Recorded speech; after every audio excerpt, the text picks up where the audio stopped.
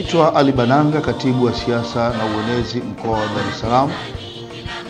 Nachukua nafasi hii kuwakaribisha wajumbe wote wa mkutano mkuu wa CCM kutoka mkoa wa Dar es Salaam wenye wilaya 5 za Ilala, Kinondoni, Temeke, Kigamboni pamoja na Ubungo katika mkutano mkuu maalum utakaofanyika tarehe 29 na 30 ya mwezi huu wa 5 huko mjini Dodoma. Mkutano huo utakuwa na agenda 3, na katika agenda hizo ya kwanza, kupokea utekelezaji wa ilani ya CCM ya 2020 mpaka 2025 katika pande zote mbili za muungano. Agenda ya pili ni kupokea na kuzindua ilani ya uchaguzi ya CCM itakayotumika katika uchaguzi huu mpaka 2030, na mwisho ni kufanya marekebisho madogo ya katiba ya CCM. Mkutano mkuu huo maalum wa CCM utakaofanyika tarehe 29 na 30 katika ukumbi wa Jakaya Kikwete Convention Center mjini Dodoma, ambapo ndipo makao makuu ya chama na nchi.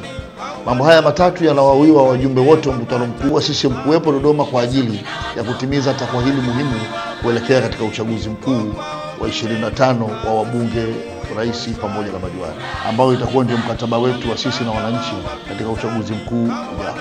Sisi Dar es Salaam na Daktari Samia ni damdam mitano tena.